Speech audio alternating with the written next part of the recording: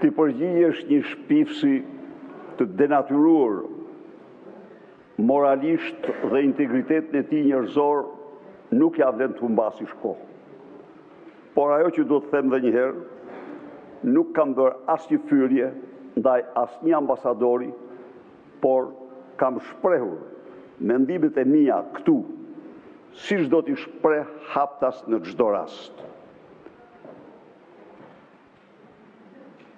Kam kërkuar nga ky parlament dhe jashtë këtij parlamenti, nga ambasadori Gonzato, të na tregoj cilën direktiv, sepse ai ka mbështetur këtë ligj dhe zonja Marta Kos deklaron se ai ka mbajtur qendrimin e Bashkimit Evropian.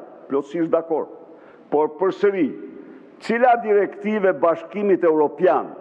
Bashkimi Evropian funksionon me direktiva.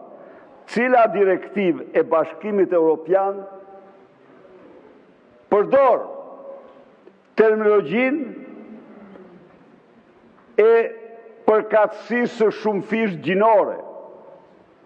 Përdor terminologjinë, ta shoh, ta di, sepse ekspertët të shquar që unë njoh më kanë konfirmuar se asnjëra nga direktivat e Bashkimit Evropian nuk kanë këtë terminologji, por janë që të gjitha në binaritet, flasin për burrin dhe gruan. Kjo është e tëra.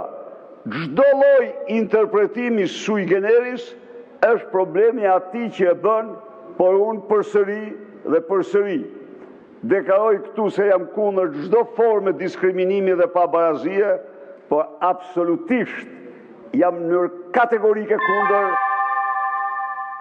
përpjekje për të riformatuar antropologjinë njerëzore, binaritetin e gjinisë, Kushtetutën e Shqipërisë, ligjet e kodet e vendit, të cilat sanksionojnë këtë binaritet si themel juridik të rendit kushtetues të Shqipërisë.